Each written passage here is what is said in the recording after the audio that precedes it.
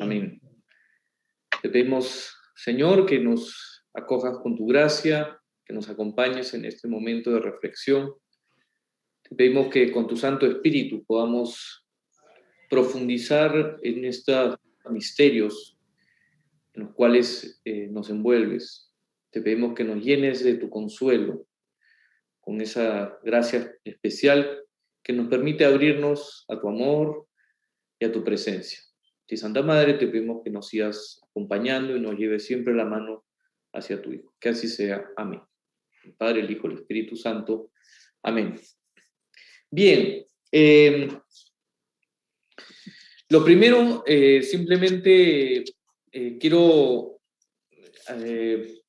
ir al tema de los materiales. Es decir, me imagino que todos ya bajaron los materiales que les hemos compartido. Y de los materiales, quiero explicarles hoy dos, ¿ok? El primero es los criterios, que lo enseñé la vez pasada, pero quiero que tengan presente este papelito de los criterios, que es una sola hoja. Lo imprimen, si quieren lo tienen en su teléfono, como quieran.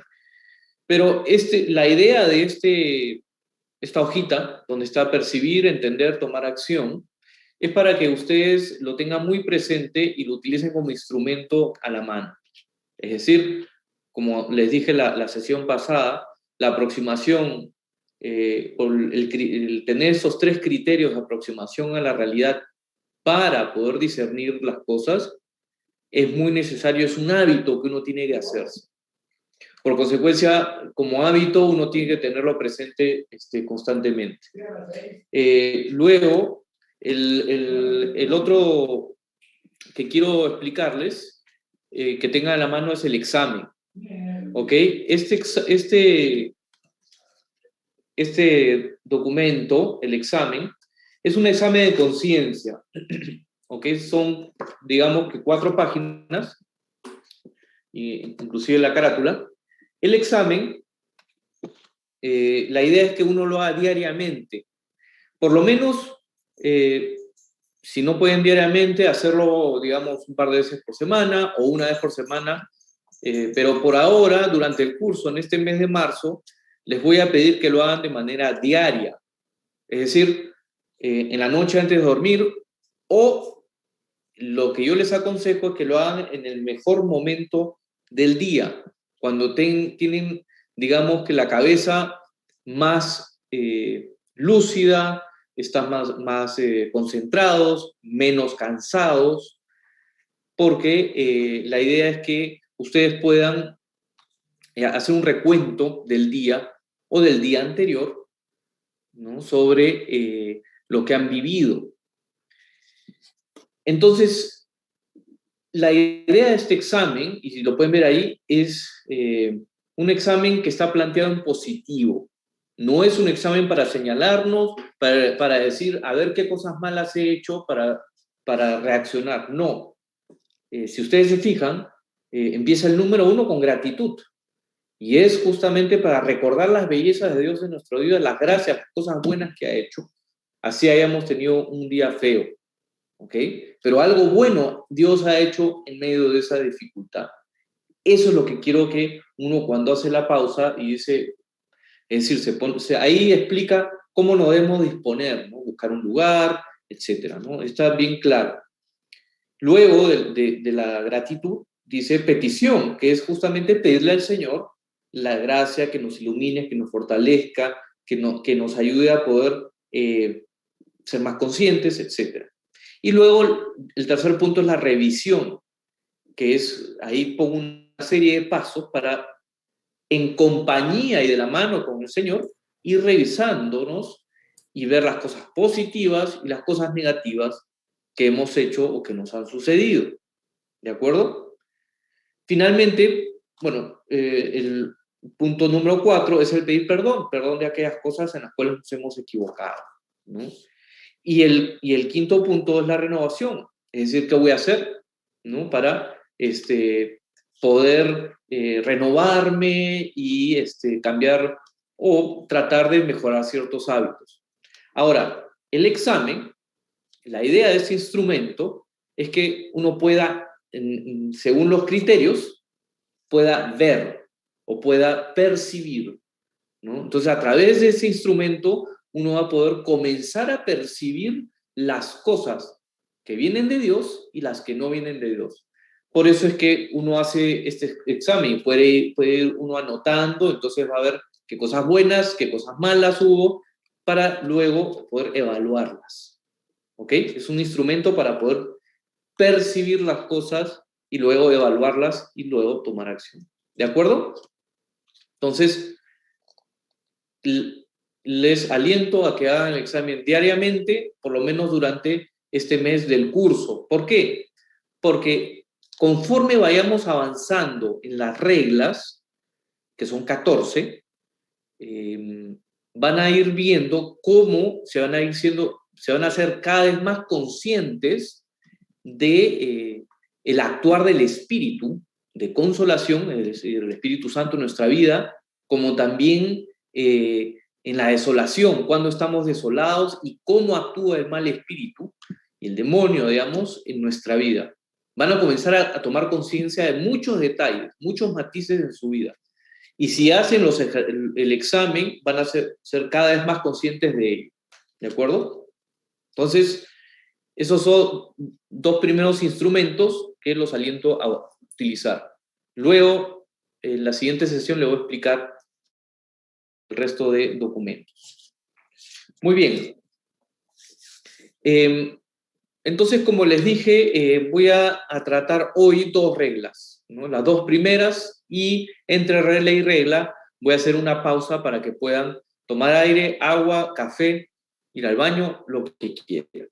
¿Ok? De unos minutos para que puedan relajarse un poquito. La sesión anterior yo puse acelerador y fui hasta el fondo y algunos creo que se cansaron o fue demasiada información por un tiempo muy extenso. ¿Ok? Y justamente al iniciar estas reglas es importante detenerse a hacer un pequeño recuento de lo que vimos en la introducción anterior. ¿Ok? Hicimos un pequeño desarrollo de lo que son las mociones interiores, es decir, de los movimientos interiores suscitados por el espíritu de desolación y consolación.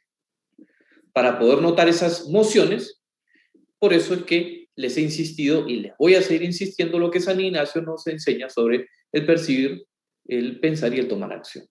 ¿Ok? Quiero detenerme ahora en este percibir, prestar atención y sentir, ¿no? Ver, juzgar, actuar, ¿no?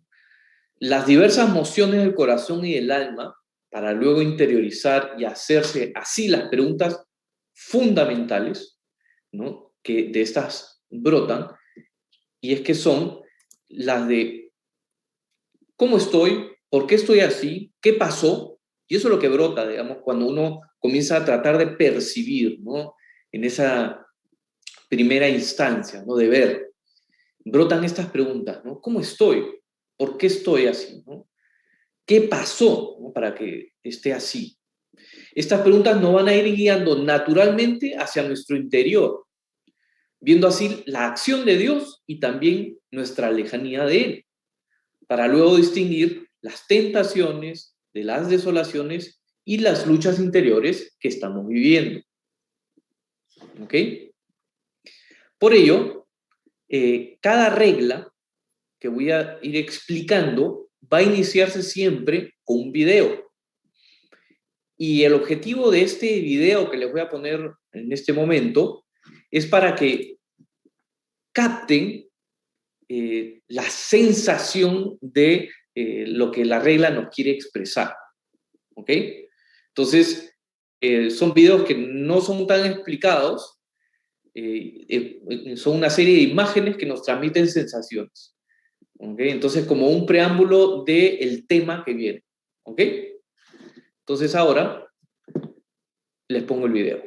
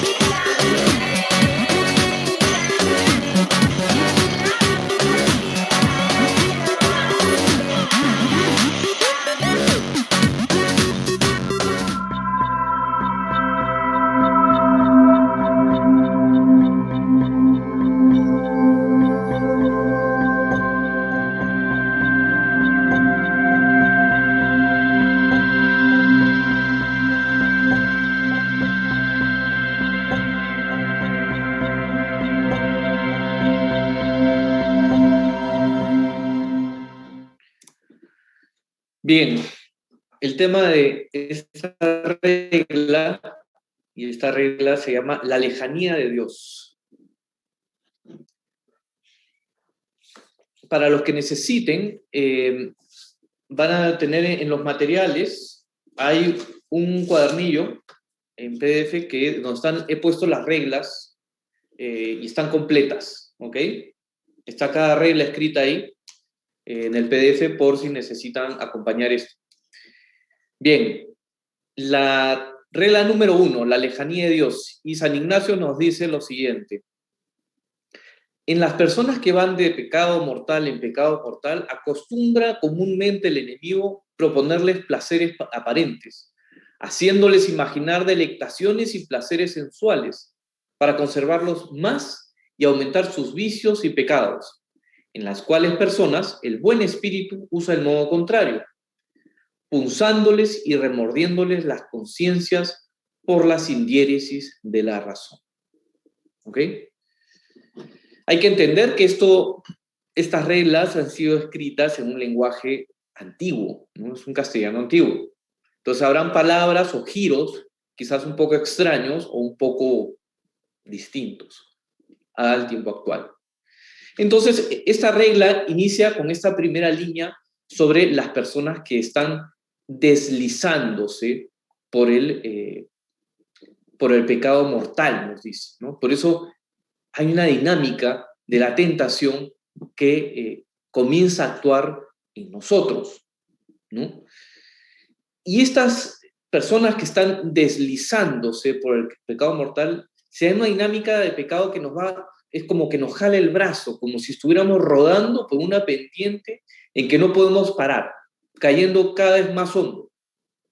El enemigo no nos va a dar tregua, nunca, y usará todas sus astucias para hacernos caer cada vez más bajo en el pecado. El enemigo trabaja perpetuamente a nivel de la imaginación y de los sentimientos para alejarnos de Dios. Y es en el ámbito en el cual siempre suele moverse.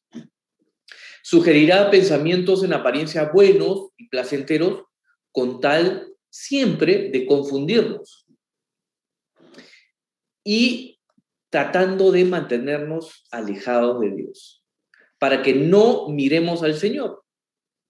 En esta regla también se manifiestan, diría, dos tipos de situaciones interiores. Y las he digamos, plasmado o caracterizado de la siguiente manera. Primero, habla del pecador empedernido, que se siente este pecador conmovido por un hecho que lo hace reaccionar para volver la mirada hacia Dios. Pero su tendencia es negativa, fundamentalmente negativa, y que sigue adelante, ¿no? Ese es lo primero que se plantea en la regla. Lo segundo es que se trata también, es la situación de un creyente que en cierto momento parece perder fervor, ¿no? En su seguimiento a Cristo, se siente desalentado, ¿no? También por el pecado, por la tentación, aunque permanezca su convicción interior positiva.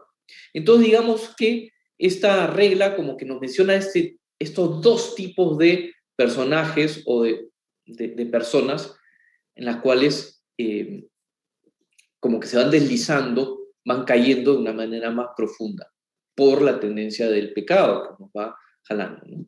Si bien cada persona debe analizarse y ser consciente en cuál de estas dos situaciones se encuentra, si es de la que es un pecador empedernido, que toma un poquito de conciencia pero sigue adelante, o es un creyente que pierde fervor, peca, en cualquier otro, ¿no? Pero la convicción fundamental interior sigue adelante, es positiva, ¿no? Quiere señalarla hacia Dios.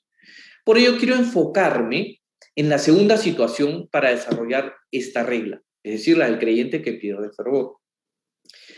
Hemos mencionado en la introducción que San Ignacio está hablando implícitamente sobre el enemigo sobre este enemigo que tiene estas tres dimensiones. Eso es lo que mencionaba la sesión pasada. O tentadores. ¿Ya? ¿no? Que constantemente están actuando y nos están acechando, que son el mundo, el hombre o mujer vieja, y el demonio o el tentador, digamos, ¿no? Y esta regla va a dirigirse al tentador, específicamente, esta primera regla, como uno de sus enemigos, ya que es enemigo de la naturaleza humana, es enemigo de nuestra salvación y es enemigo de nuestra felicidad y nuestra paz. Es pues un ser real, activo, inteligente, que quiere nuestra perdición constantemente. Las propuestas o tentaciones del enemigo buscan siempre hacer que la persona rompa con sus relaciones fundamentales. Y estas relaciones fundamentales, ¿cuáles son? Las relaciones con Dios, las relaciones con nuestros hermanos, es decir, con los demás seres humanos, con nosotros mismos y con la creación toda. Esas son las relaciones fundamentales. No solo estas relaciones se manifiestan en un plano espiritual, sino que también en un plano inclusive material. Por eso es que tiene estas 4 dimensiones. Luego, San Ignacio continúa diciendo, haciéndoles imaginar delectaciones y placeres sensuales, ¿no? Y es interesante notar cómo esta regla muestra el método del enemigo, como que él trata de quitarle la máscara, ¿no? Como descubrirle, ¿no? Como abrir la cortina y decir, ahí estás, tú maniobras de esta manera. Eso es lo que intenta esta regla, ¿no? De poner un poco de luz en el método que utiliza el enemigo. Así como en el pecado original, ¿no? En la tentación de Adán y Eva, busca sembrar también en nosotros ideas en nuestra mente para que luego casi que podamos percibirlas sensiblemente. ¿Se acuerdan cuando le está tentando con el fruto a Eva? Eva ya podía sentir el sabor de la manzana, podía sentir el gusto del fruto. Es así, tanto que el enemigo trabaja justamente a nivel de nuestros sentimientos y nuestra imaginación. Nuestra imaginación nos puede llevar inclusive a sentir esos sabores y jugar, digamos, en la parte sensible, ¿no? Pues no solamente en la tentación o el pecado de gula, ¿no? También en la lujuria, ¿no? Genera las sensaciones que nuestro cuerpo inclusive puede sentirlas, nuestra mente puede hacer que lo sienta. Entonces nos introduce en el ámbito de las sensaciones para así dar rienda suelta a la imaginación según sus propuestas malignas. Nos dejamos de algún modo a veces arrastrar más y más en esa vorágine que nos oprime, nos comienza a oprimir, ¿no? Nos jala, nos sentimos tentados. Por eso le pongo esta taza con este chocolate y el Foch riquísimo y tentador. Uno lo puede ver y ya puede estar mordiendo el brownie, el chocolate, sintiéndolo en la lengua, ¿no? Entonces, nos va arrastrando, ¿no? En esta dinámica, en esta vorágine, y nos va oprimiendo el corazón. Y que al mismo tiempo nos sugiere más y más sensaciones placenteras, buscando con ello satisfacer el momento, llenarnos el momento, ¿no? Que nos sintamos regocijados, que nos sintamos agradados, más no felices, ¿no? Tratando, pues, de llenar un vacío, ¿no? Más que un vacío, tratando de llenar ese hueco o ese hoyo que estas sensaciones van generando en el corazón, tratando de envolvernos en esa dinámica que busca saciar nuestros anhelos más profundos. Pero la experiencia de vacío aumenta, ¿no? Por ello lo indica con más detalle en esta línea que pongo ahí abajo, para conservarlos más y aumentar sus vicios y pecados. Entonces, hay una inteligencia detrás. No es un tonto, por más que quiera aparentarlo. Y nosotros, más bien, caemos en esa narrativa y comenzamos a caer en esa pendiente de tentaciones que nos comienza a poner, ¿no? para que caigamos más y más. Es por ello que el primer paso es usar la mente para conducir el corazón. No es de manera inversa. Pienso y luego el corazón va detrás de lo que he pensado. Usualmente el corazón va adelante, pasa muchas veces, y después va la mente, ¿no? Es decir, un ejemplo es que uno puede reaccionar emocionalmente, impulsivamente, y después piensa lo que ha hecho, ¿no? Y ahí es donde viene el arrepentimiento. Uy, pude haber reaccionado de otra manera, lo pude haber dicho así, o asá, o hacer esto de otro modo, si me hubiese detenido a pensar. ¿Ok? Por eso, pensar siempre, ver, ¿no? Acuérdense, percibir, juzgar o evaluar para tomar acción. ¿Ok? Entonces, es como, debemos de poner un freno, ¿no? Y ese freno es como tirar el freno, tirar las riendas, ¿no? Para detener a los caballos locos. O quizás hacer un cambio de rumbo, ¿no? Y detener así las caídas, porque, nada, constantemente, como el demonio va a trabajar en esa parte sensible, en esa parte de la imaginación, de las sensaciones, si uno no lo para antes, ¿ok? Se va a hacer cada vez más grande.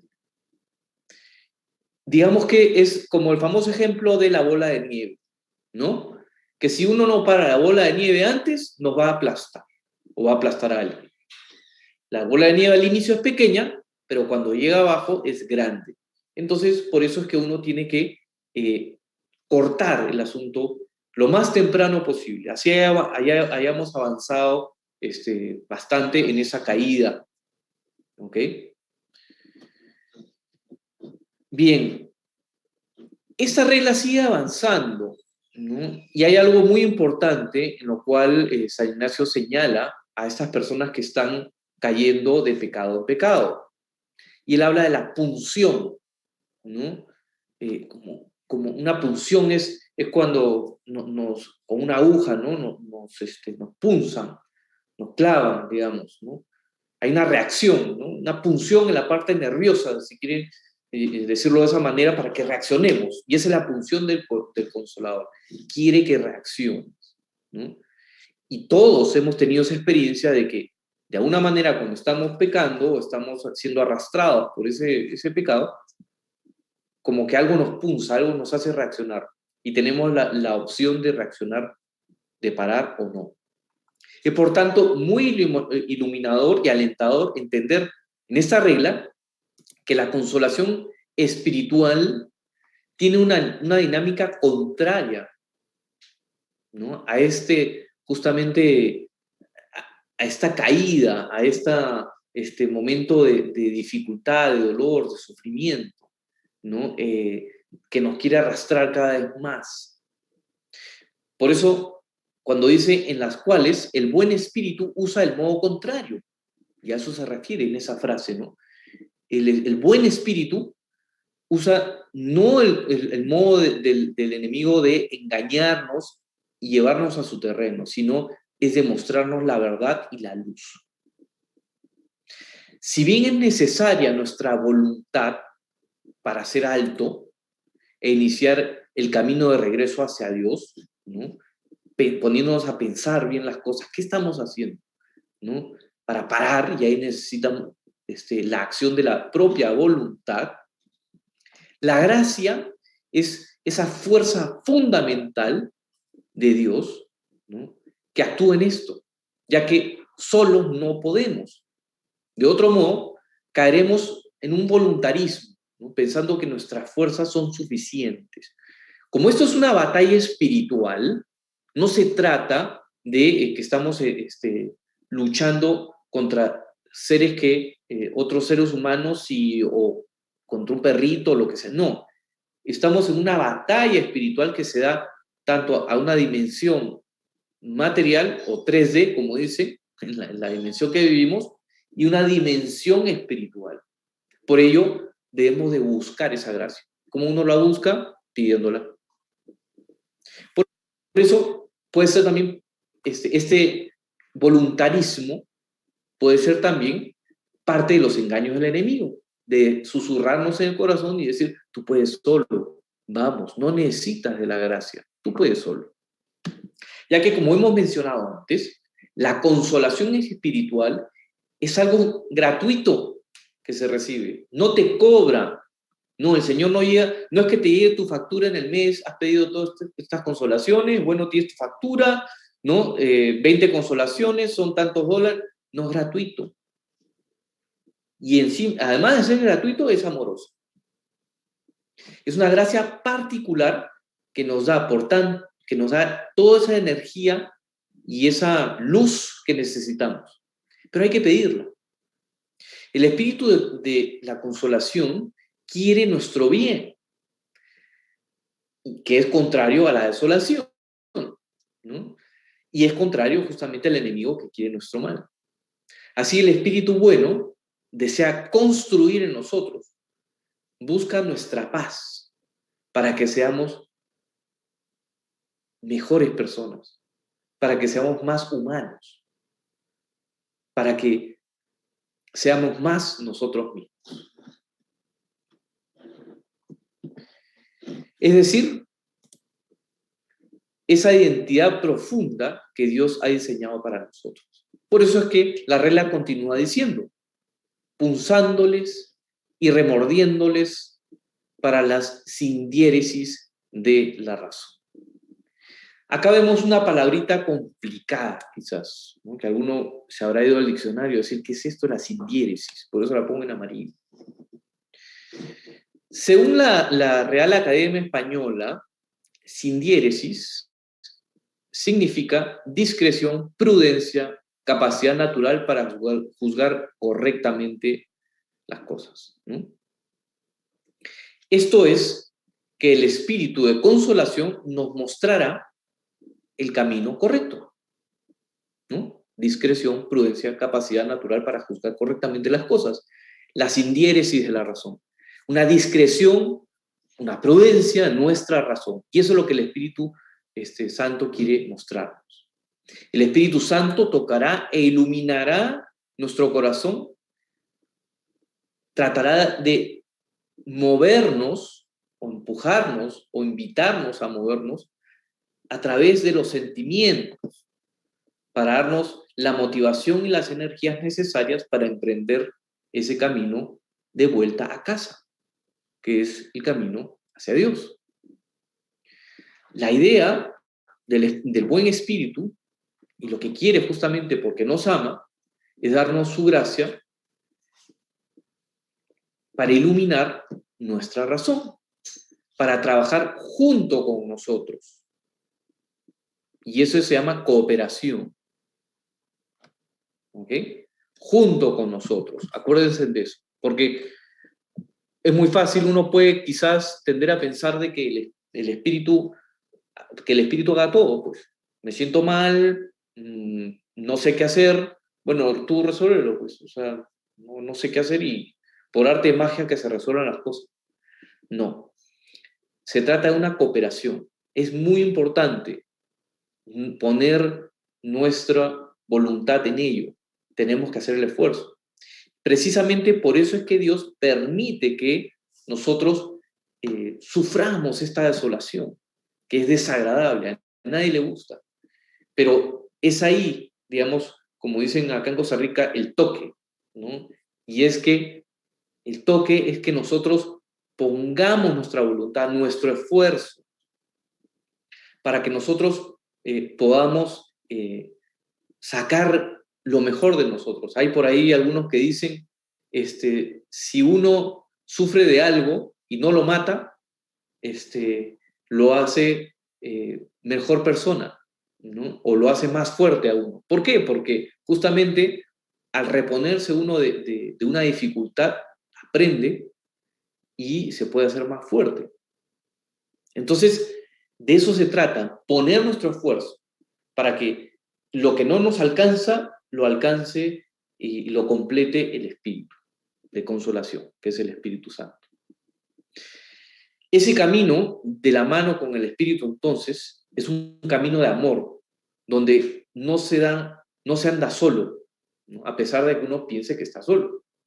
Es un camino que al fijar la mirada en Dios, nos descubrimos más a nosotros mismos, a través también de esa misericordia, de esos ojos misericordiosos de nuestro Padre, ¿no? Por eso el ser humano no se entiende a sí mismo si no es un ser amado. Como dice Gabriel Marcel, ser es ser amado. Es decir, el ser humano intrínsecamente es una persona, es un ser que es amado por el amante. Y el amante es Dios, justamente. ¿Y cómo sabemos esto? No solamente por los profetas, por el Antiguo Testamento, por la paciencia de Dios, por su misericordia, sino porque Él mismo, ¿no?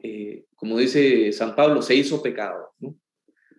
Para amarnos, ¿no? Es decir, cuando se dice se hizo pecado no es que era un pecador, sino que sufrió la condición humana, ¿no?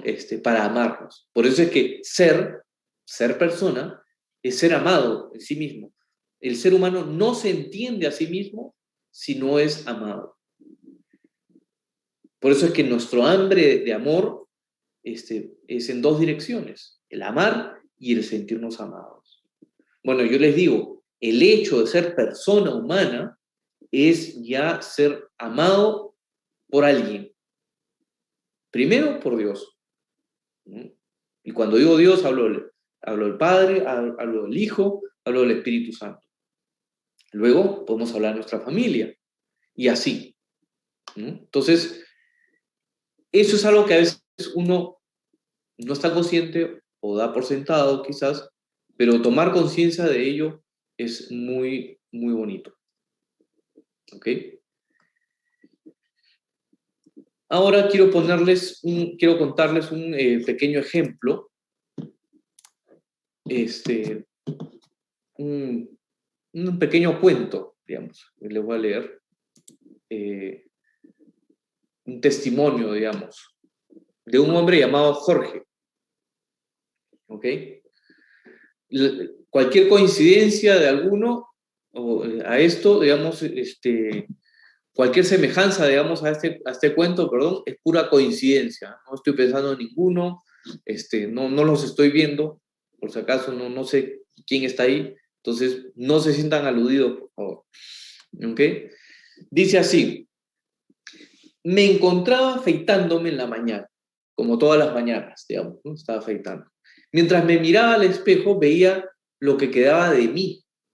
Es decir, era el momento en que me miraba a los ojos y casi que no me reconocía. Pensaba, ¿cuánto tiempo más voy a seguir en este hastío, en este vacío? Terminé de afeitarme, me fui a mi cuarto, terminé de cambiarme, salí, tomé desayuno y salí a trabajar. Llegando a la oficina, todos me saludaban como siempre y respondí el saludo. Una que otra secretaria me lanzaba una mirada sensual, como recordándome el día que salimos y nos vimos y estuvimos juntos. Saludaba a mi compañero de trabajo y discutía asuntos de dinero y de negocios que estábamos y que podíamos obtener, sacando quizás ventaja del sistema, ya que en la compañía de seguros donde trabajaba, sabíamos que algo más se podía sacar siempre. Con otro compañero nos reíamos de lo que habíamos gastado el fin de semana en hacer tonterías. Este era el ritmo de mi vida. Por ratos sentía como todo esto me ahogaba y anhelaba poder ver una luz salir de este agujero profundo. Cuando veía a algún mendigo en la calle, a veces me venía un poco el remordimiento y el sentimiento de culpa quizás por lo vacía de mi vida. Pero sin embargo seguía adelante. Era como un tomar conciencia de cuán encadenado estaba a mis malos hábitos. Luego, ante la repentina muerte de uno de mis compañeros de trabajo un día, algo pasó. Como que ante la realidad de la muerte, algo me vino al corazón, algo me pulsó y me empujó a evaluarme a reconocer que algo no estaba bien y que hacía falta un cambio. Y así me fui a dormir esa noche. A la mañana siguiente me miraba frente al espejo y al afeitarme veía lo que quedaba de mí.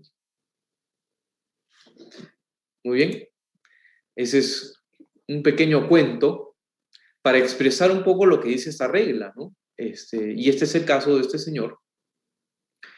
¿Se acuerdan cuando he hablado al inicio del pecador empedernido y el pecador que quizás ha caído muchas veces, pero tiene su mirada en busca de la reconciliación? Bueno, este es el empedernido, ¿no? El cual ha hecho una opción interior, digamos, o hay una desesperanza interior, ¿no? Y no busca salir de ella ni pedir ayuda. Entonces, el cuento, de hecho, grafica muy bien esta experiencia. ¿Ok? Bien. Y para finalizar esta regla, yo le quiero recomendar 3 libros. ¿Ok?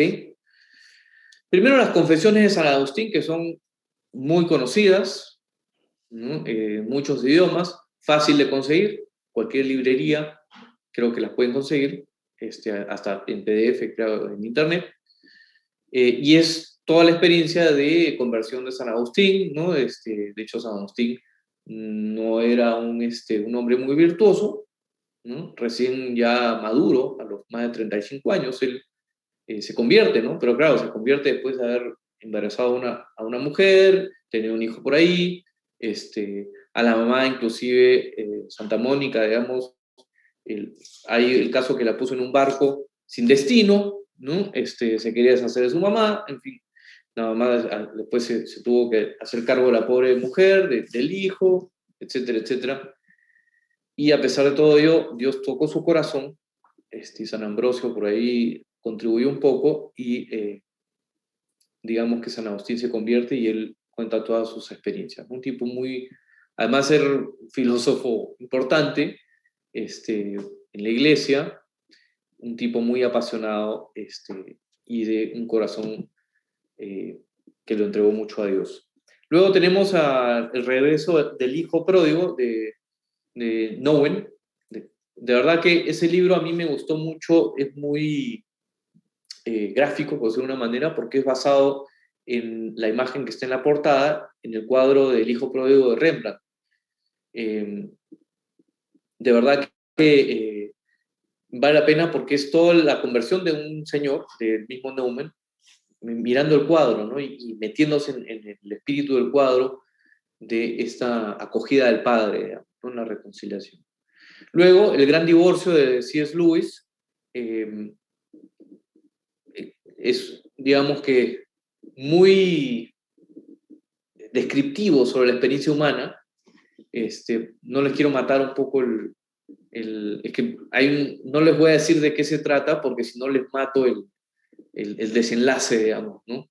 Pero vale la pena porque describe muy bien la experiencia humana de este pecado y de conversión, ¿no?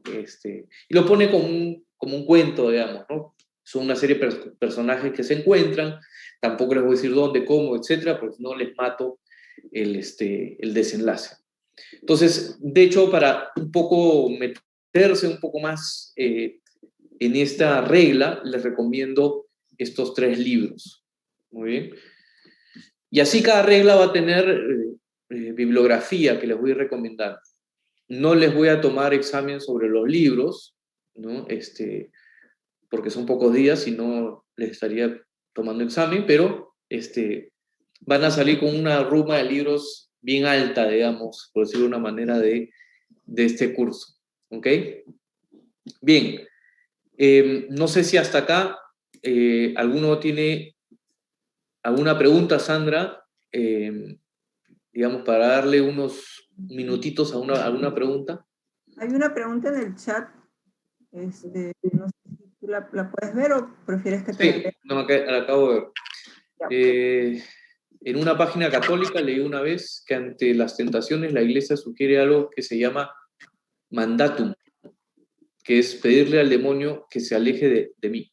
aquí será un ejemplo de esto. Puede ser, no lo conozco, la verdad que no lo sabía, que es el mandatum, no lo conozco, pero sí, uno, creo yo, invocando al Espíritu Santo, a Jesús, digamos, con la oración, ciertamente, uno puede pedir al maligno que se aleje de uno, ¿no? Y yo creo que es un buen camino. Gracias, sí. En el chat ya no hay, no sé si alguien quiere hacer una pregunta o abrir su micrófono. Así es. Un comentario.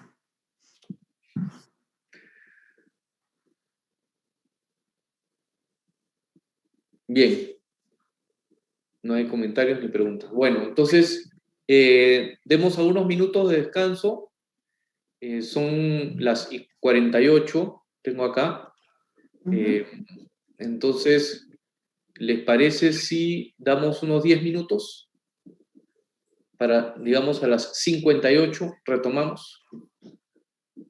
Perfecto. Muy bien. Bueno, nos vemos a las 58 en punto, por favor. Británico, alemán, digamos, también. Muy preciso. Ya a las 58, según el país de cada uno. Bien.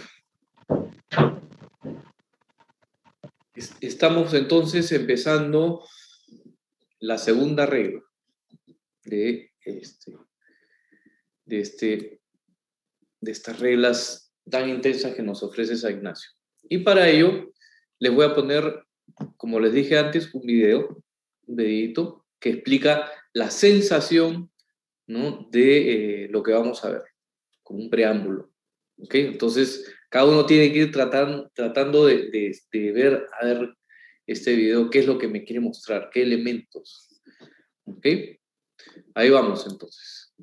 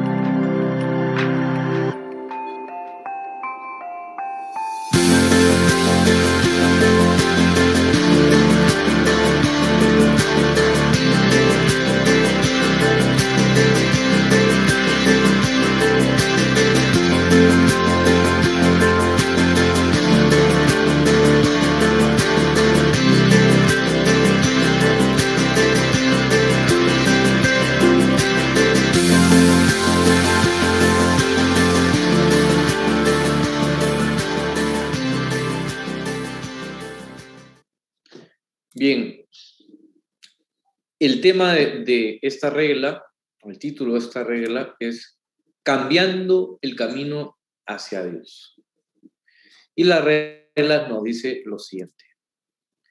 En las personas que van intensamente purgando sus pecados y en el servicio de Dios nuestro Señor, de bien en mejor subiendo. El modo es el contrario que en la primera regla, porque entonces propio es del mal espíritu morder, entristecer y poner impedimentos, inquietando con falsas razones, para que no pase adelante.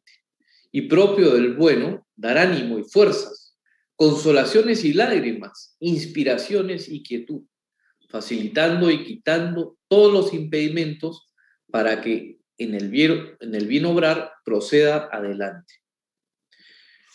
Muy bien, un poco larga, pero en esta regla, de hecho, nos propone algo positivo, ¿no? Distinto de la regla anterior. En esta regla como que vamos subiendo, no es que vamos de bajada. ¿Ok? San Ignacio hará evidente una vez más el contraste entre el espíritu malo y el bueno. En esta ocasión nos mostrará el camino contrario al de la primera regla, como les digo, que es de ascensión. Hay que notar que en esta ocasión nos señala a aquellos que como están con buen ánimo y están haciendo un intenso trabajo por purgar las penas, ¿no? Por purificarse, digamos, ¿no? por ser mejor, etc., es el esforzado camino por limpiar el corazón, ¿no?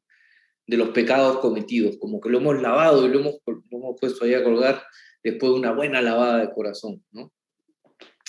Y lavarlo, pues, y alejarnos de los pecados que hemos cometido, ¿no? A través del sacramento, la reconciliación, quizás también, ¿no? También las intenciones que teníamos que nos alejaban de Dios, ¿no? Y fruto de esto, la persona va experimentando un crecimiento interior, definitivamente, ¿no? Uno se va elevando. Definitivamente es una experiencia muy bonita.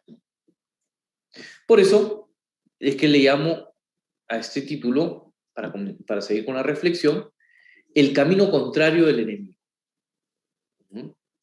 Y es que San Ignacio menciona en esta regla algo muy interesante que quiero destacar, que es en el servicio de Dios, dice, ¿no? Haciendo referencia a que la persona puede estar en un camino de generosa entrega a Dios y a los demás quizás, ¿no? Virtuoso, ¿no? En servicio, con buena voluntad, procurando vivir la caridad, el amor a través del servicio, que es muy concreto de cómo vivir el amor. Es por ello que señala que la persona se descubre en un proceso ascendente, ¿no? Ello conlleva una experiencia de realización interior, ¿no? Y es así como una consolación que lo va motivando y llenando de energía para prosperar en ese crecimiento interior. Claramente nos muestra esta dinámica que justamente es contraria a la del enemigo. Y a veces el enemigo, que no es tonto, va a dejar que subamos. Va a decir, bueno, está con buen ánimo, está subiendo, está viajando, como dicen, perfecto, que suba entonces, que suba el ánimo, ¿no? Que suba la energía para que suba la vanidad, ¿no? Y no nos suelta, ¿se dan cuenta? No nos suelta. Y es que deja que subas y que nos sintamos seguros de nosotros mismos y que nos olvidemos de Dios, que nuestras fuerzas son tan importantes, tan superiores, que te comienzas a olvidar de Dios, ¿no? Y que estamos en un nivel de interior tranquilos, seguros, y estamos bien arriba, y quiere que subas bien alto. ¿Para qué? Para que te caigas, y que la caída sea dura, justamente, ¿no? Como este dibujo, ¿no? Uno sube, y sube muy alto, pero, claro, ese ascenso, que lo que el enemigo quiere es que sea un ascenso también vanidoso, soberbio, etcétera, para que te sientas muy bien y que la caída sea cada vez más fuerte. Es decir, está aplicando la ley de la gravedad. ¿Ok? Y en esa falsa tranquilidad o en esa, digamos, justamente donde llegamos a la cumbre y cuando nos hace caer, tiene una estrategia que nos espera ahí abajo. ¿Ok? Y su estrategia tiene 4 elementos en los cuales San Ignacio nos menciona en esta regla. El primero es el morder, luego el entristecer, poner impedimentos e inquietarnos con falsas razones. Son estos 4 elementos que San Ignacio menciona en su regla, ¿no? Morder, entristecer, poner impedimentos, inquietarnos con falsas razones. Entonces, una vez que te golpeas la cabeza, luego que te has caído de esa posición elevada donde estabas, te va a atacar, porque no nos da tregua. ¿Ok? Entonces vamos a reflexionar en cada uno de estos. Primero nos dice el morder, ¿no? Podría estar haciendo alusión quizás a la mordida de una serpiente, ¿no? Que la serpiente, ¿qué hace? Te muerde rápido, ¿no? Es una reacción inmediata, ¿no? Y además la serpiente te muerde rápido en el momento que estás un poco más descuidado, quizás, ¿no? Obviamente porque no es tonta, ¿no? Al mordernos, nos va a dejar, ¿qué cosa? Un veneno. ¿Para qué? Para contaminar nuestra sangre. No es que a la hora que te muerde, por la mordida inmediata, uno se muere. No, no. O sea, te muerde y suelta, ¿no? Y se va. Y te deja el veneno. Eso es lo que es una serpiente. Claro, hay venenos que son más fuertes y actúan de manera más rápida, otros que toman más tiempo, quizás, ¿no? Entonces, de esa mordida a la cual se refiere, ¿no? Para contaminar nuestro interior, para luego fallecer lentamente más adelante. Esa mordedura puede ser con un simple susurro de duda, y esa es de las peores mordeduras, ¿no? Te siembra la duda. ¿Y la duda de qué? De lo que estás haciendo, de tu fe, de la experiencia que tuviste de encuentro, la experiencia de consolación linda que has tenido hace rato. Siembra la duda. Sembrando esa pequeña semilla que va a tratar con distintas acciones y tentaciones de echarle como esa agüita para que crezca la semilla del agua. Puede ser algo que pasa en la realidad y nos perturba, ciertamente, ¿no? Esa duda. Puede ser una dificultad espiritual, quizás, una dificultad física o psicológica, que irrumpe intempestivamente. Entonces hay que estar atentos a porque la mordedura va a pasar, no es que uno la evita y dice, no, pasa, justamente, esa es la acción del enemigo. Y uno tiene que identificar cuál es ese veneno de duda que ha sembrado. ¿O duda a qué? Y acuérdense en el pecado original, ¿qué es lo que siembra la serpiente en Eva? La duda. La duda en ese diálogo que entra con ella, ¿no? La duda a Dios. Entonces, justamente esa es la semilla que genera que la mujer desconfíe lo que Dios quería para ellos, quería el bien para ellos. Y eso es lo que muchas veces es un mal terrible que nos siembra esa mordedura de la serpiente en nuestras relaciones humanas, en la gente que amamos, la duda, la desconfianza, ¿no? Y a veces es muy fácil caer en ello. Entonces hay que ser muy conscientes cuando estamos siendo mordidos, ciertamente, ¿no? Hay que ser conscientes que vamos a ser mordidos y para ello hay que identificar. ¿Ok? Luego nos habla de entristecer. Esta tristeza puede darse como consecuencia de esa mordedura quizás que hemos sufrido de la duda. Como también puede ser una tristeza antigua, alojada en nuestro corazón, que de repente vuelve de pronto, ¿no? La desesperanza justamente y la pesadez de corazón vienen junto a la tristeza como un río cuando arrastra las piedras con su fuerza. Entonces, esa tristeza medio melancólica, a la cual me refiero, ¿no? Es quizás la tristeza que nos envuelve el maligno. Y no me refiero a una tristeza de haber perdido un ser querido, de haber sufrido un daño real, ¿no? No, me refiero a una tristeza sutil de desesperanza.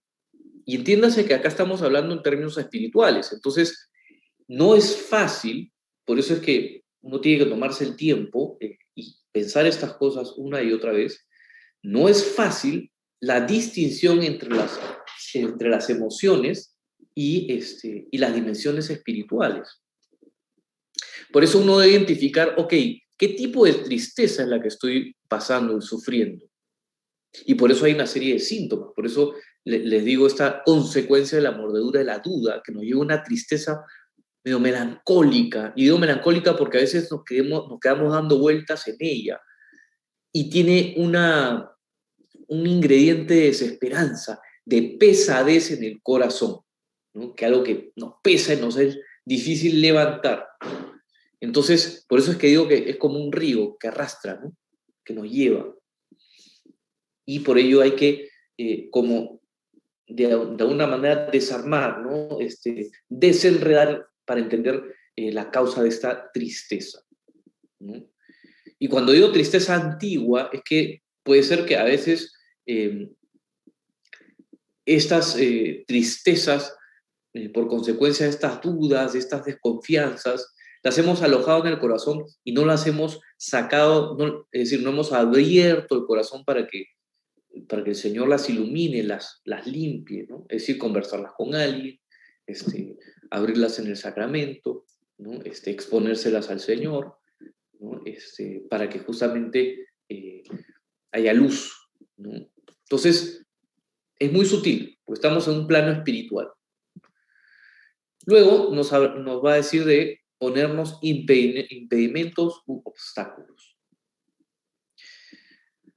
Puede suscitarnos el enemigo toda clase de dificultades, que de pronto al susurrarnos todo comienza a ponerse cuesta arriba, para que al ver la realidad sintamos que las cosas no eran tan fáciles como pensábamos.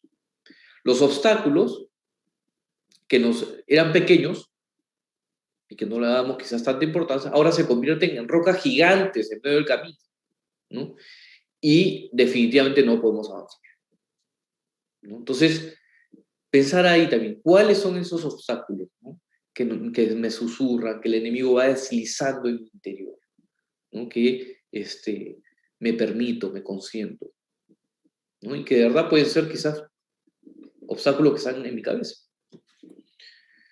Luego nos va a mencionar que nos inquietamos con falsas razones. Al haber permitido que subamos en confianza y tranquilidad interior, ¿no?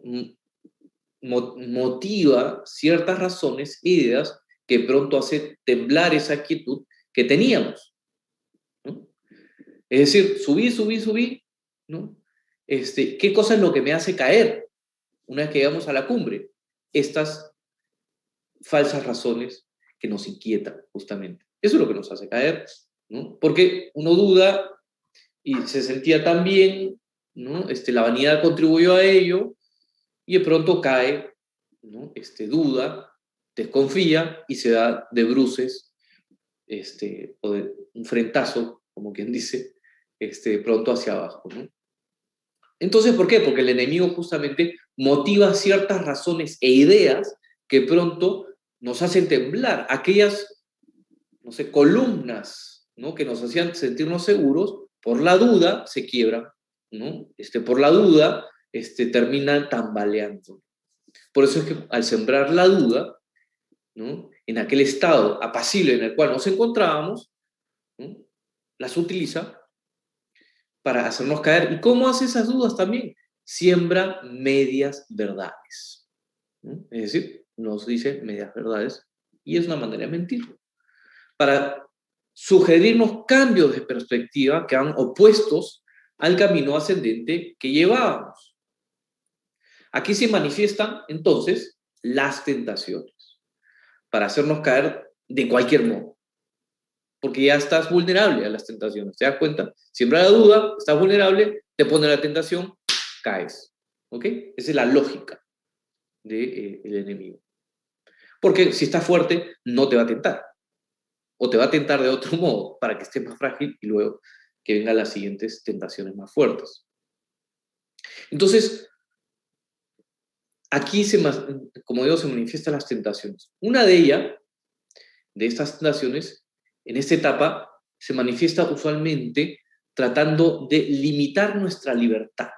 La tentación intentará pedirnos garantías de las cosas que creemos. como nos ha ido arrastrando en su diálogo, en su discurso, ahora te va a pedir la tentación que me des garantías, ¿ok?, de las cosas que creías y que te hacían tan seguro y de las verdades fundamentales.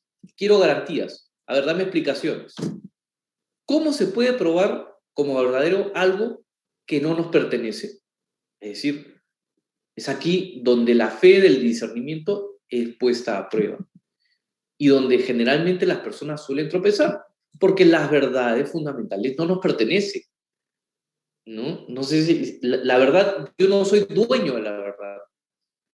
La verdad, en sentido estricto, nos posee. La verdad es una persona, es Cristo, ¿no?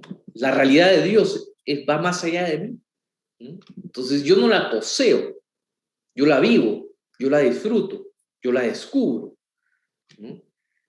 ¿Cómo puedo entonces probar como verdadero algo que no me pertenece? Entonces, por eso es que se prueba aquí la fe, ¿no?, y el discernimiento. Entonces, aquí es donde uno suele tropezar, porque trata de, a ver, ¿qué te respondo? Esas garantías que ponen las tentaciones. Entramos en ese diálogo, en, en ese diálogo innecesario con alguien que ya sabe cómo vamos a reaccionar y nos va a ir poniendo obstáculos para que vayamos cayendo. El camino de tomar conciencia de ello es ser conscientes de que la tentación no tiene derecho a pedirme garantías o a pedirme pruebas. Ninguna razón de nada, ya que la única garantía que puede venir es de la sinceridad de la conciencia y del discernimiento. Es decir, la fuente de las garantías es la verdad, así de simple, que está fuera de mí, que salgo a descubrirla y que justamente se ha revelado. ¿Y cómo se ha revelado? En una persona. Por eso es que el Señor Jesús, cuando tiene las tentaciones del demonio, constantemente él lo que responde en el desierto es con la escritura. ¿Por qué con la escritura? Porque justamente no entra en un diálogo absurdo que le propone el demonio, simplemente le muestra la verdad como es. Y es así que no entra en diálogo. ¿Ok? Aquí es interesante y de verdad que uno tiene que hacer un propio examen de cómo se le presenta estas sutilezas o estas sutiles dudas o estas sutiles narrativas en el corazón, en la mente, ¿no?, a cada uno. Porque definitivamente cada uno es distinto, por eso es que no les puedo poner no les puedo decir así se manifiesta. No, cada uno tiene que ir descubriendo cómo entra en esta narrativa y en este diálogo. ¿Ok?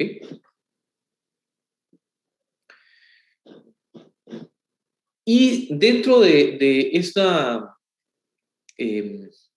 lógica, digamos, de esta regla, ¿no?, profundizando un poco más en lo que San Ignacio nos va proponiendo, nos habla de una manera discreta, por decirlo de una manera elegante, de dos tipos de desolaciones.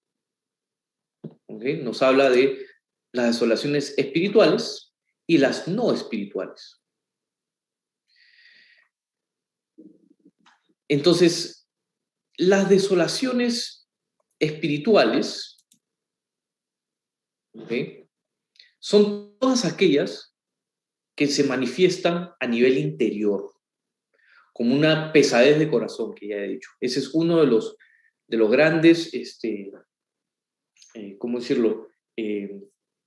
Cuando vamos a detectar una enfermedad, ¿no?, cuando estamos con gripe, etcétera, ¿cuáles son los síntomas? ¿No? Me duele la cabeza, o sudo, o me duele el cuerpo, estornudo, mucosidad, etcétera. Bueno, la pesadez de corazón es uno de los síntomas. Es como un movimiento pesado del mismo corazón, ¿no?, interior, ¿no? Se manifiesta también en esa oscuridad del alma que nos aflige y nos dirige y que nos dirige a mirar más las cosas terrenas que las divinas. Ese es otro síntoma. Nos quedamos en un plano inmanente, dicen algunos, ¿no? Es decir, en un plano terreno, en un plano no trascendente. ¿Ok?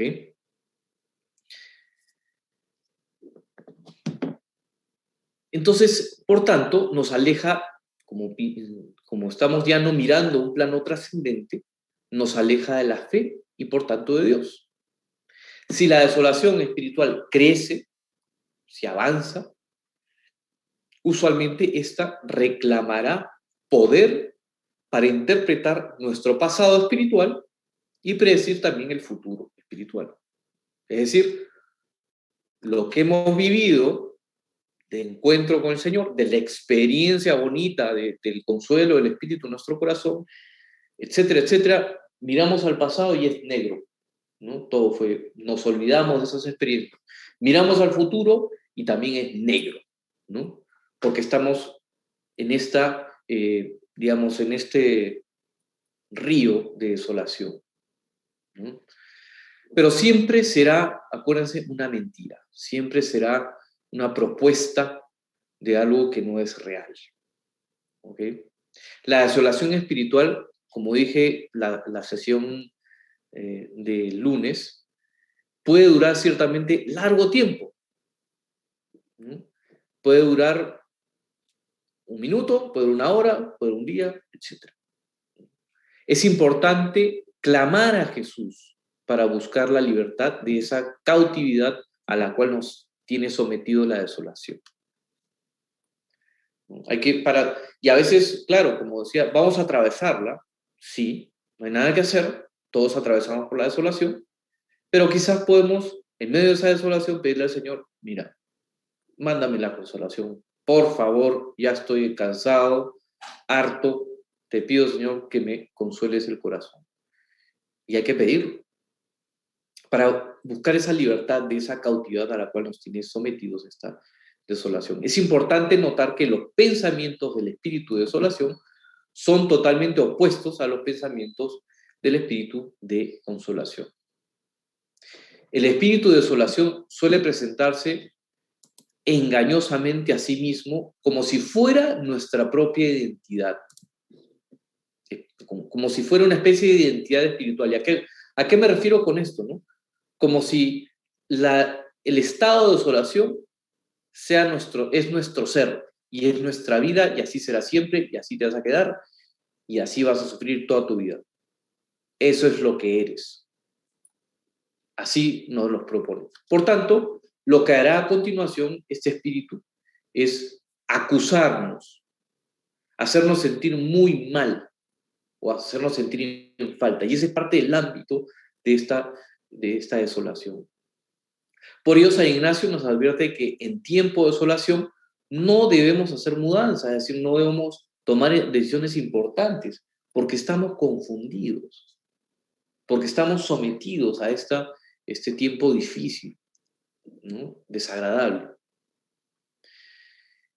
Ello no significa que no podamos hacer cambios en salud, en nuestra vida, en cosas prácticas, en cosas que necesitamos hacer. Obviamente, a veces uno está incómodo, está fastidiado, pero tiene que hacer cambios porque la realidad lo exige, ¿no? Si bien no tenemos el juicio de manera tan clara, podemos pedir ayuda, pero tenemos que ser muy, tenemos que estar muy atentos y ser conscientes que no es el mejor momento para tomar decisiones importantes. Y voy al ejemplo de la gripe. Si sé que tengo gripe, no voy a salir pues al frío sin abrigarme. Si sé que tengo gripe, si tengo que salir, porque tengo que salir, no hay nada que hacer, me voy a tomar unas pastillas que me ayuden a bajar los síntomas, voy a salir con un pañuelo, ¿no? Para sonarme, para limpiarme la nariz, porque sé que tengo esos síntomas y que estoy enfermo.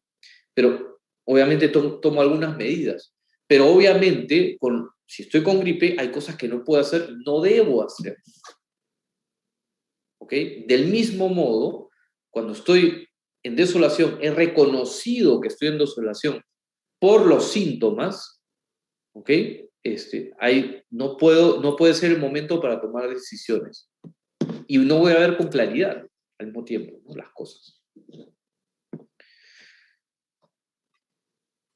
Por el contrario, o más bien de manera distinta, las desolaciones no espirituales son aquellas relacionadas a las dificultades físicas naturales o aquellas que se mantienen a un nivel superficial o inmanente.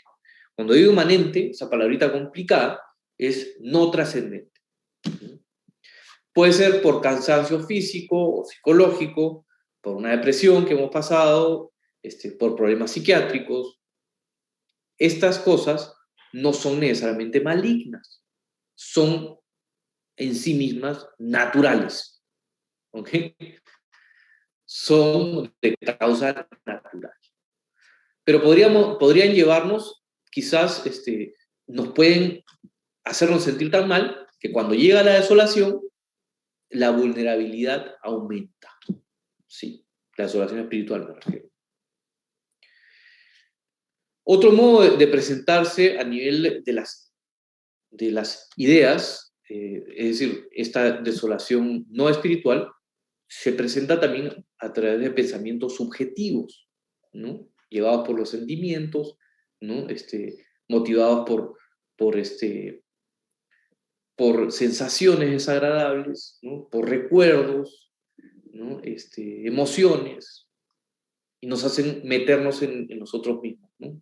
Un pensamiento subjetivo. Es por tanto muy importante que tomemos acción y atendamos nuestra mente y nuestro cuerpo, ya que muchas veces la mente y el cuerpo servirán a nuestro espíritu. Es aquí donde se hace más evidente esa unidad biopsicoespiritual, biológica, psicológica y espiritual, ¿no? Que nos habla San Pablo y también abunda en más reflexión San Agustín sobre esta visión tripartita del ser humano, biológico, psicológico, espiritual. Entonces, hay que atender la mente, es decir, si uno pasa por una desolación no espiritual, que es por una descompensación química, etcétera, porque tenemos problemas a nivel psiquiátrico, quizás una pastilla, lo que fuera, ¿no? A nivel psicológico necesitamos que nos ayuden un tratamiento, también a nivel físico atenderlo, ¿ok? Son desolaciones no espirituales. De hecho, las distinciones muchas veces, o la línea que se pasa, ¿no? O que pasamos de la desolación no espiritual a la espiritual, suelen ser a veces muy delgadas y nos es difícil reconocerlas. Para ello es que hay que profundizar un poco más, o más bien hacer este ejercicio de toma de conciencia con cierta frecuencia, cosa que comenzamos a entender cómo funciona en nosotros esta desolación y cómo de alguna manera se manifiesta en nosotros tanto la desolación espiritual como la no espiritual.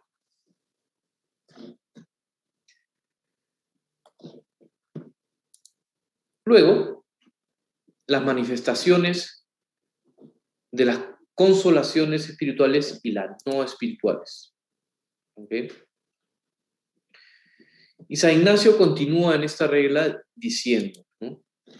Y propio del bueno dar ánimo y fuerzas, consolaciones, lágrimas, inspiración sobre y quietud, facilitando y quitando todos los impedimentos. Comienza ahora a describir el comportamiento del espíritu de consolación, ya que lo que trae es un movimiento ascendente del corazón. Son experiencias de sentir que el corazón se eleva, se hace más ligero, porque y estamos hablando una vez más a nivel espiritual, y es a nivel espiritual que se manifiesta con sentimientos de ternura profunda y de un gozo profundo. Se puede percibir el tacto de Dios, ¿no? Que calienta el corazón. Es una experiencia muy personal, íntima y profunda cuando nos acercamos al misterio de Dios, que de algún modo nos inflama el corazón para motivarnos a grandes cosas. Nos hace más propicios para el amor, incrementando la esperanza, la fe y la caridad, que son justamente las virtudes fundamentales, la fe, la esperanza y la caridad, para así llenarnos de gozo por las cosas divinas. y justamente como que nos anima ese gusto por saborear las cosas de Dios. Nos empuja a mirar para arriba, de alguna manera.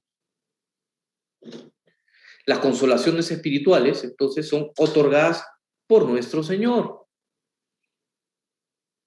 Las consolaciones, en cambio, las desolaciones espirituales, por oposición, son más bien permitidas por el Señor. No son otorgadas por Él, sino son permitidas. Él nunca nos hará una desolación, y eso es evidente, porque es amor puro. El espíritu de desolación pretenderá hacernos creer que está al mismo nivel del espíritu de consolación, o que posee el mismo poder, ¿no? Pero la realidad es que el espíritu de consolación es infinitamente más poderoso e importante, y no tiene comparación alguna. O sea, es decir, el Espíritu Santo, que es Dios, tiene infinita fuerza más que el espíritu de desolación. Porque el espíritu de desolación, que es su fuente, es el mal, aunque es vacío, es ausencia de bien, como dice San Agustín. En cambio, el espíritu de consolación es amor puro.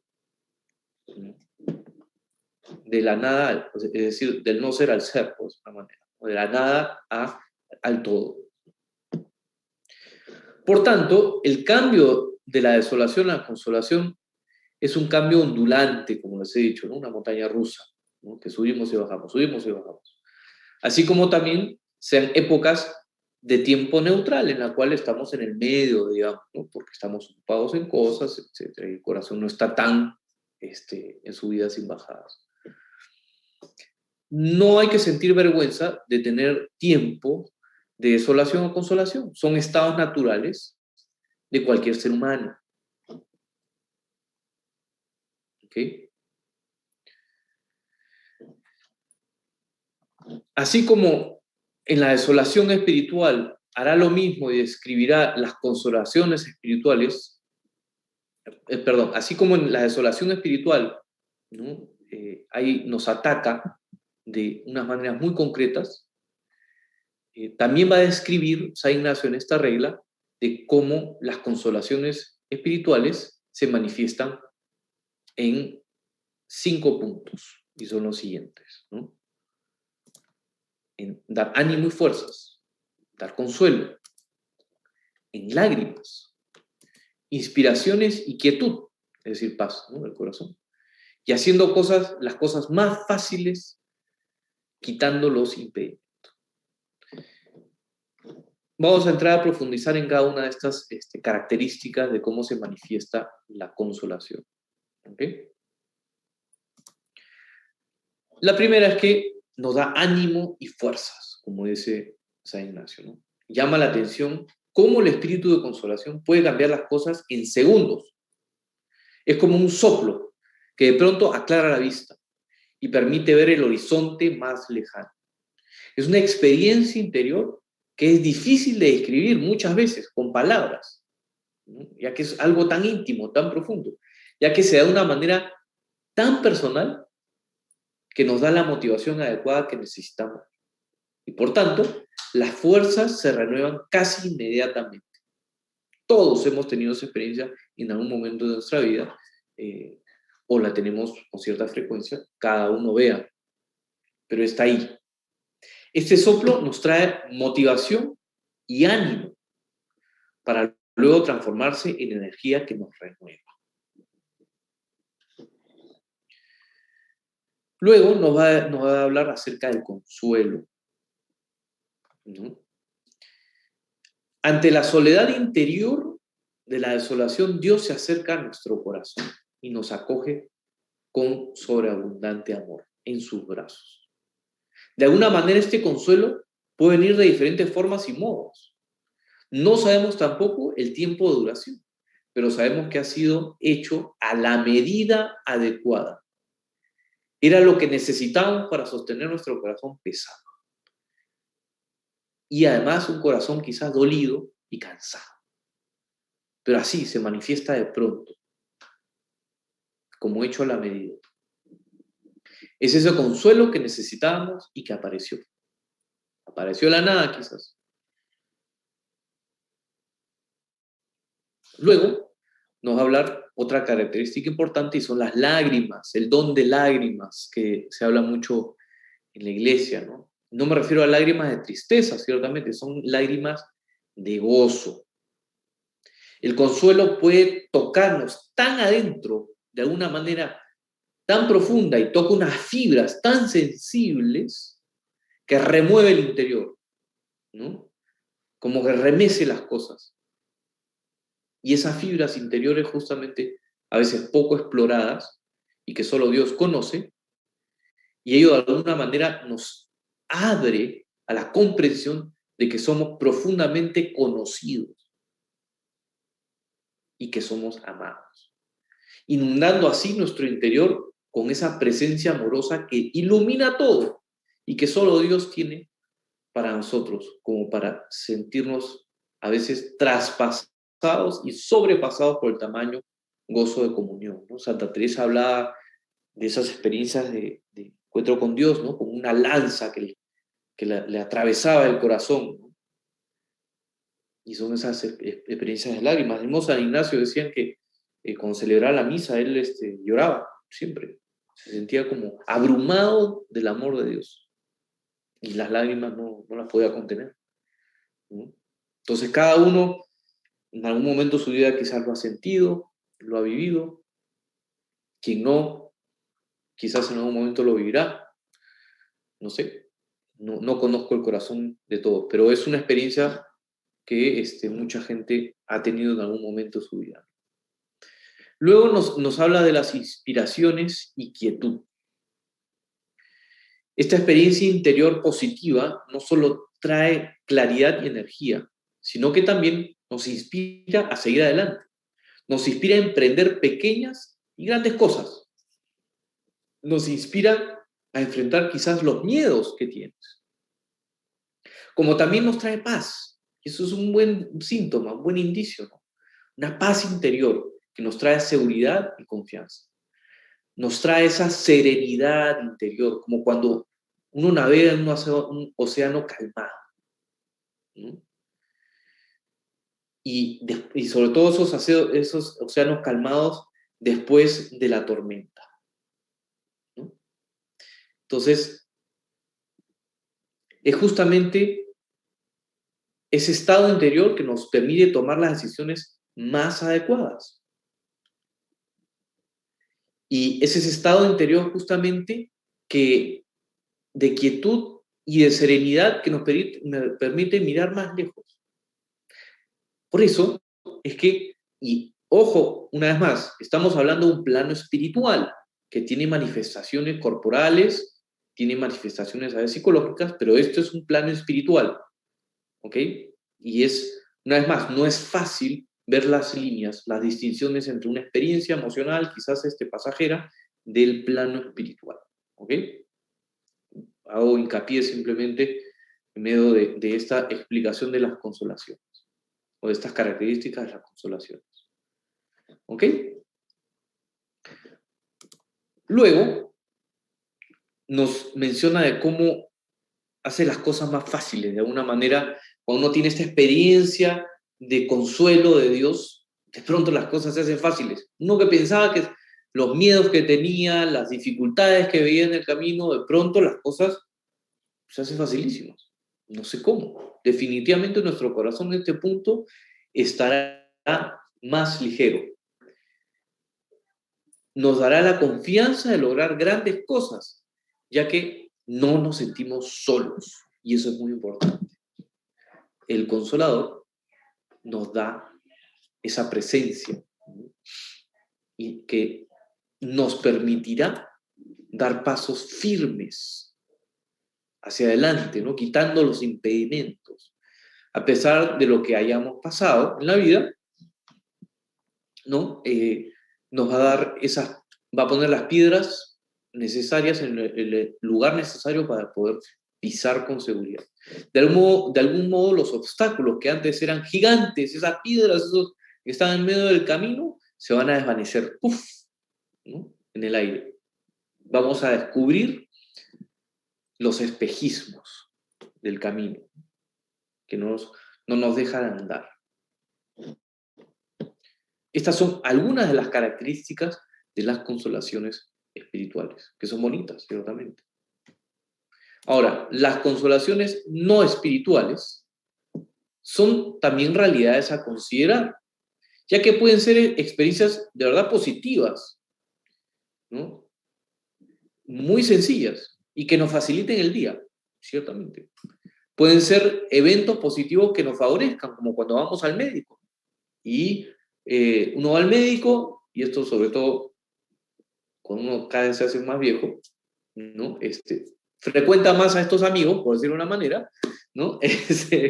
Y cuando uno lo va a visitar y le dice al médico, mira, estás muy bien, tus análisis salieron bien, te dan tu medalla y sales pues con el pecho inflado, perfecto, te sientes muy bien, ¿no? De salud, ya eso es una consolación no espiritual, porque justamente es algo que nos favorece, ¿ok?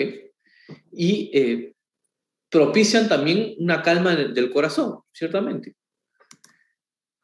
Caso contrario a la desolación, que puede propiciar el espacio como para que el espíritu de consolación actúe en nosotros, ¿no? Digamos que uno ya sabe qué situaciones o experiencias le traen un sentimiento positivo, o por lo menos le cambia el ánimo, y ello es muy conveniente hacer, ¿no? Es decir, uno ya sabe que si comes algo quizás que te gusta, o vas a un lugar que te gusta, ves este hermoso, digamos, vas a la cumbre de una montaña, ves este paisaje, ya sabes que hay cosas que te animan, ¿no? Y es bueno hacerlo, ¿no? Para que nos cambie el hábito, nos saque quizás, ¿no? En la pandemia, por ejemplo, no estamos encerrados todo el día, o sea, salir al parque, ver una película, ¿no? En la medida de lo posible, buscar a alguien con todas las precauciones posibles, ¿no? Buscar la comunión, ¿no? Romper esas inercias quizás. ¿Por qué? Porque uno tiene que disponerse mejor para acoger cuando venga la consolación espiritual. Lo pongo de esta manera, es como si nos ubicáramos en la parada de bus, ¿no? Listos para subirnos. Imagínense que el bus es la consolación y te viene, y es gratis encima, no te van a cobrar el bus, ¿no?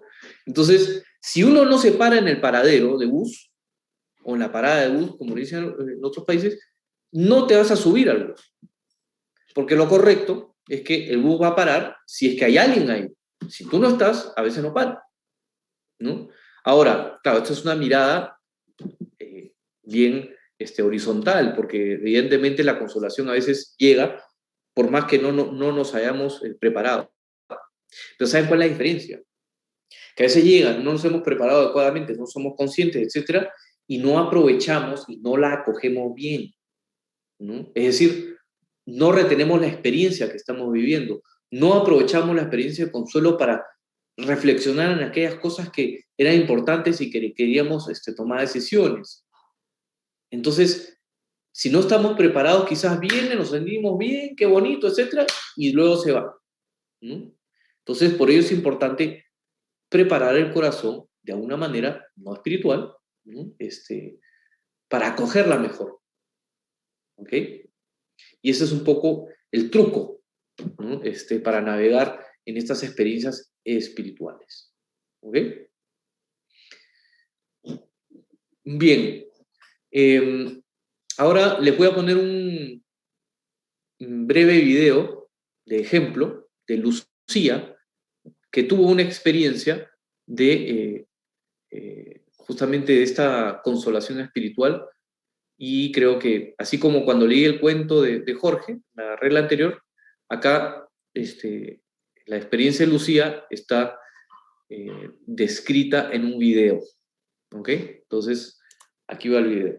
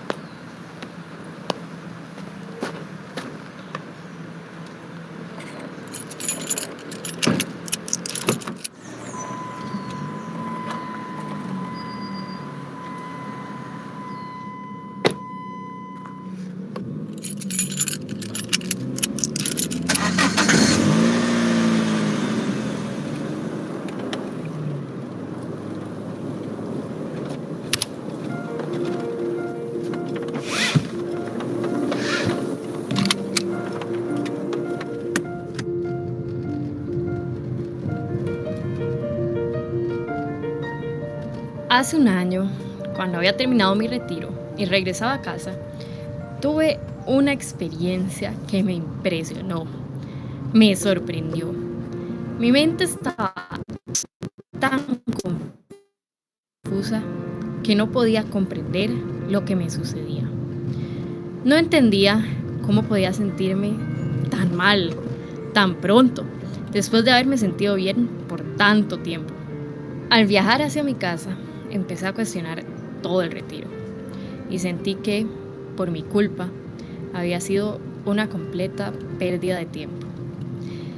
Pensé que seguramente yo tendría un serio problema y que quizás yo no había sido lo suficientemente abierta para mencionarlo durante el retiro.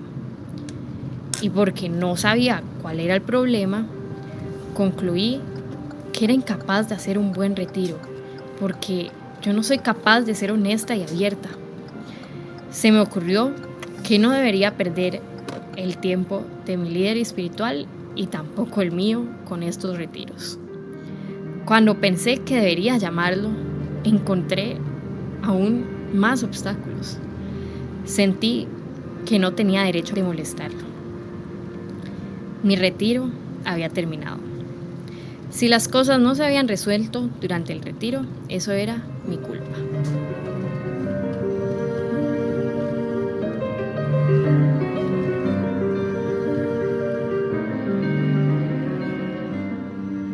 Aquí, justamente, es un ejemplo de cómo una persona que venía tan entusiasmada se dejó llevar, ¿no? Arrastrar y caer, digamos, ¿no? En el fondo, porque venía ese camino ascendente, ¿no? Y finalmente, por una sensación, ¿no? De una manera cayó, ¿no? Entonces, esas complejidades, por eso trataba de expresarlo en este video.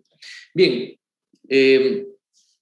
como ya les he dicho, sugiriendo alguna lectura para profundizar más en esta regla, tienen Cartas del Diablo a su sobrino, de C.S. Lewis, que es, de verdad, uno de los libros favoritos y muy conocido, ¿no? De cómo explicar, es una especie de entrenamiento del tío del diablo, que le recomienda varias cosas para hacer, para atentar a sus víctimas, ¿no?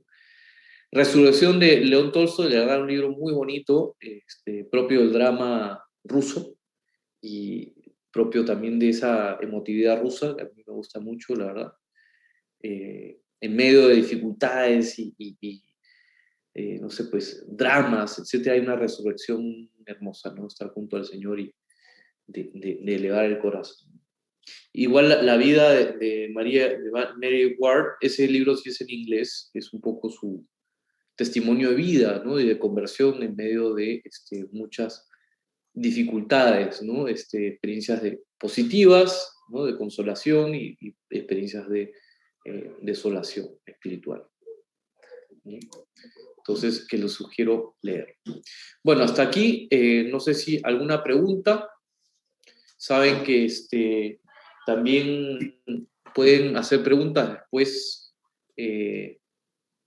No tienen que hacerlas ahora porque a veces uno está reflexionando, meditando más estos temas.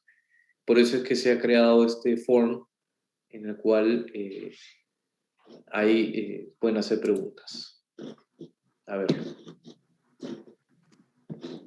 ¿Qué dice Sandrita? Y acá les estoy mandando de nuevo el link por el chat del Zoom. Y se los voy a pasar también de nuevo en el grupo. Ahí pueden hacer sus preguntas. Ahí entran en ese link y hacen sus preguntas. Y ya le habilité la opción para que puedan hacer más de una pregunta por clase. Javier, ¿puedo? Sí, ¿hay alguien que levantó la mano? Sí. Sí, ¿me escuchan? Sí, Claudia Medina, sí, te escuchamos. Sí, quisiera, si yo noto a veces cuando tentaciones o sustos y yo noto que es el mal, ¿cómo lo voto? ¿Qué le digo? ¿Cómo hago? Porque por supuesto me pongo a rezar, le digo, y llamo a Jesús, le pido que luche conmigo, pero ¿cómo puedo rezar? ¿Cómo puedo hacer? A ver, las tentaciones ciertamente se presentan de distintos modos, ¿no? Como he escrito.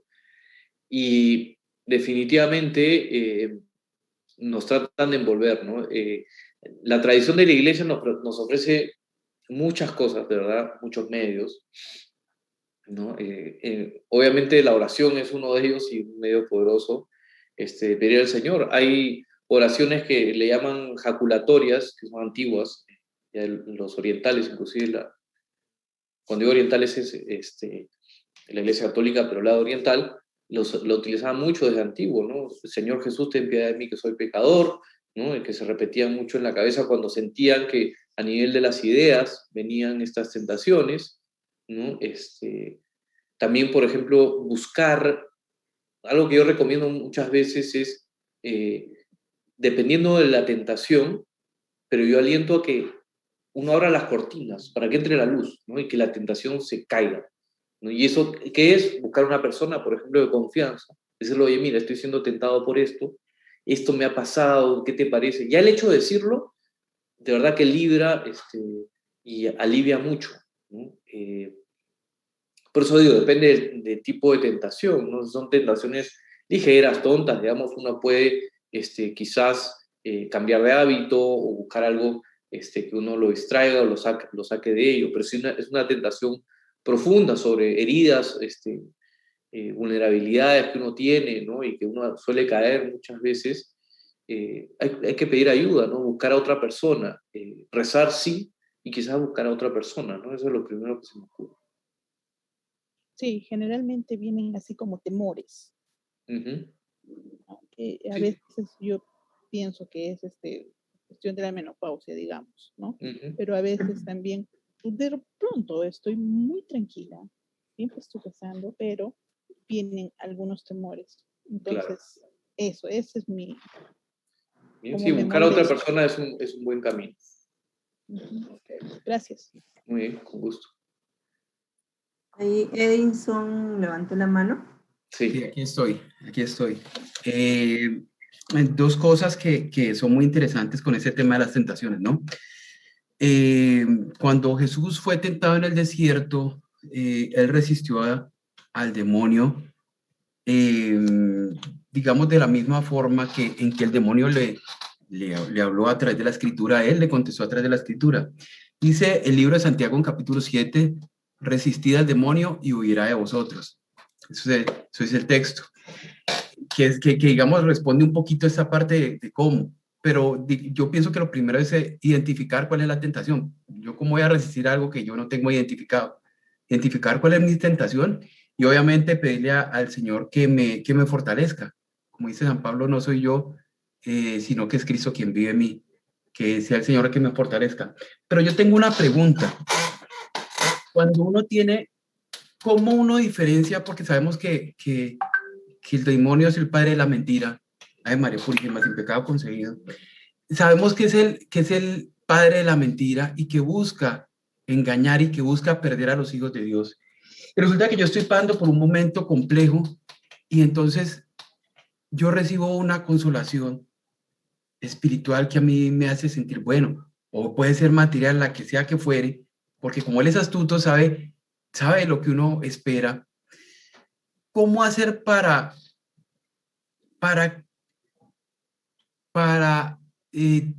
diferenciar, discernir qué es de Dios o qué es del enemigo? Porque finalmente, si voy a poner un ejemplo que puede sonar mundano. Es que yo estoy desesperado porque tengo un problema con un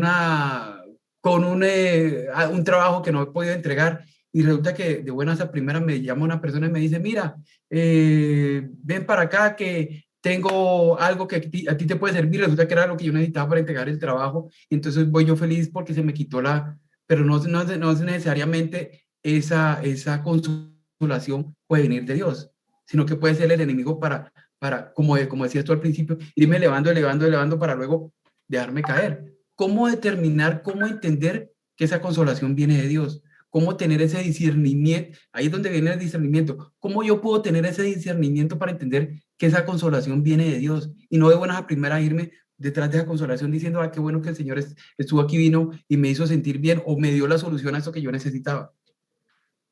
Yo he ido mencionando hoy algunos elementos, bueno, de hecho, en las próximas 12 reglas que vienen, voy a mencionar muchos más elementos de distinguir cuando las cosas no vienen de Dios, ¿no?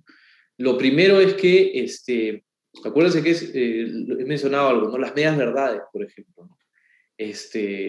O otros elementos de esa mentira del demonio es que confíes en tu propia voluntad, ¿no? Que todo lo has hecho tú, ¿no? O sea, que te centres en ti mismo, ¿no? Y te comiences a alejar de la compañía, la cooperación de la gracia, ¿no? Otros elementos, ¿no? Que la tentación usualmente te violenta, o sea, te empuja.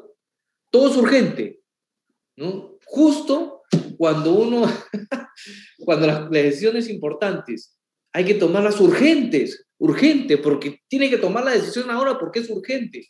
Qué curioso, ¿no? Qué curioso que las decisiones importantes a veces nos sentimos presionados, ¿no? De tomarlas. Ahí hay un elemento. A las cosas hay que pensarlas. Claro, a menos que esté muriendo alguien, que sea una cosa, uno tiene que reaccionar, pero las cosas hay que pensarlas, ¿no? Y justamente esa mentira, esas acciones del demonio, lo que buscan es someterte, es esclavizarte, es manejarte, ¿no? El miedo, ¿no? Es otro elemento, ¿no? La duda es otro elemento, ¿no? La confusión, ¿no? Entonces, las tentaciones propiamente son obstáculos, ¿no? Las tentaciones no son pecados, ¿no? Todos somos tentados y sentirse tentado no está mal, es parte de la realidad humana, ¿ok? Sin embargo, las tentaciones lo que hacen es ponerte un obstáculo, ¿no? Uno tiene que conocer las tentaciones en las cuales uno cae, por eso es el examen de conciencia, porque uno tiene que decir, ¿qué fue lo que hice o a qué cosas cedí para caer en la tentación? ¿O cómo se presentó? Entonces, ya ahí entramos casi en un análisis del propio actuar, el propio método que el demonio utiliza con nosotros.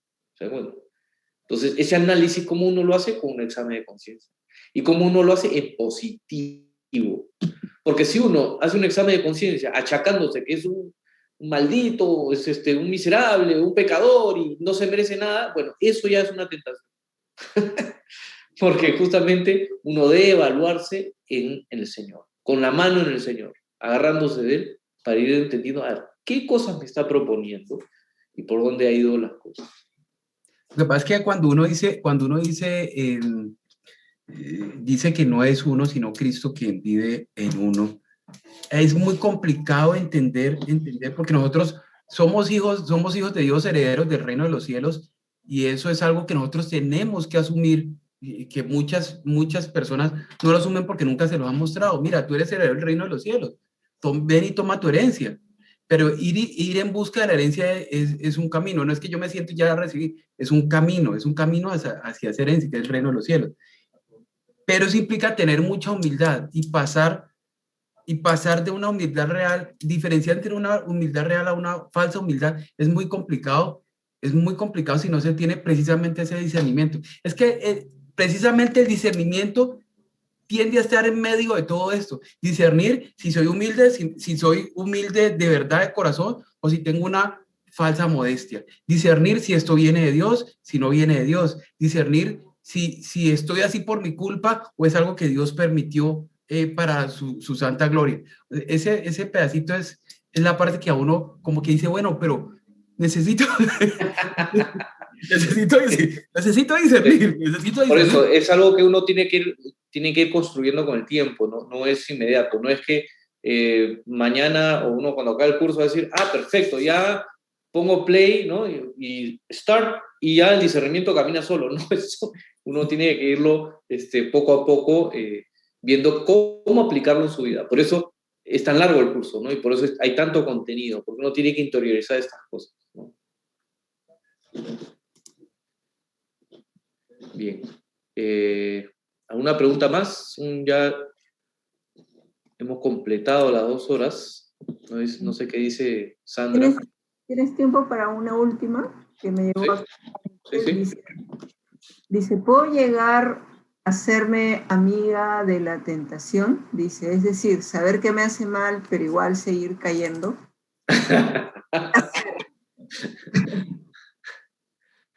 Hacerse amiga de la tentación.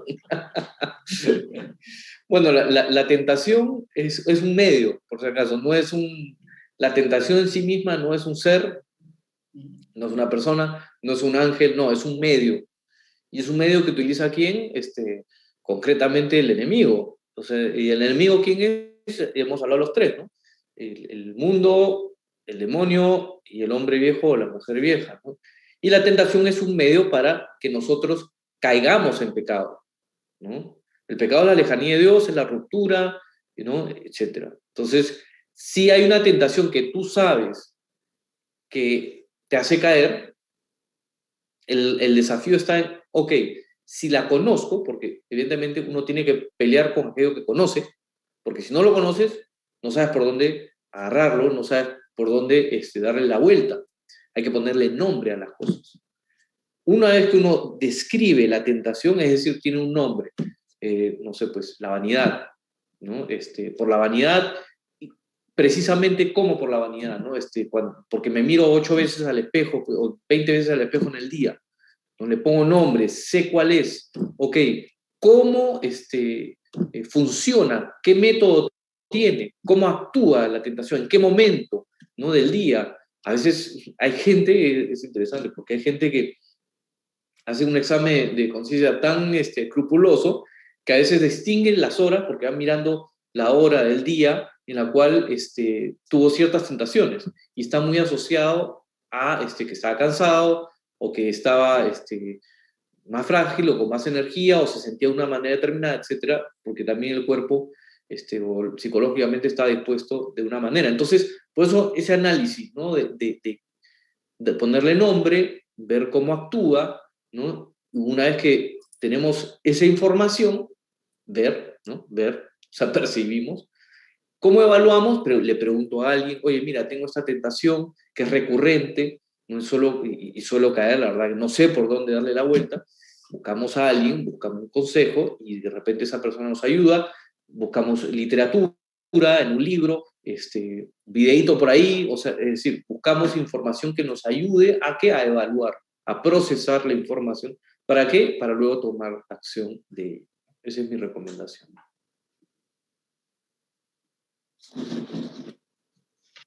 Bueno, yo creo que hasta ahí, para no alargarnos, porque hay varios que tienen todavía más reuniones. Acá se están despidiendo que se van a otra reunión. Sí, bueno, ha sido un gusto y nos vemos en la siguiente sesión. Les recomiendo que hagan entonces el examen de manera diaria, ¿no? Y por ahí léanse alguno de los libritos también, ¿ok? Recomendados. Yes. Así es. Dios mediante, mañana subimos el video para que lo puedan ver si quieren el fin de semana por alguna cosa. Y nos encontramos, Dios mediante, el lunes. Muy La bien. y el mismo canal. Gracias. Muy bien. Muchas gracias. Dios los bendiga a todos. Muchas gracias. Muchas gracias por todo.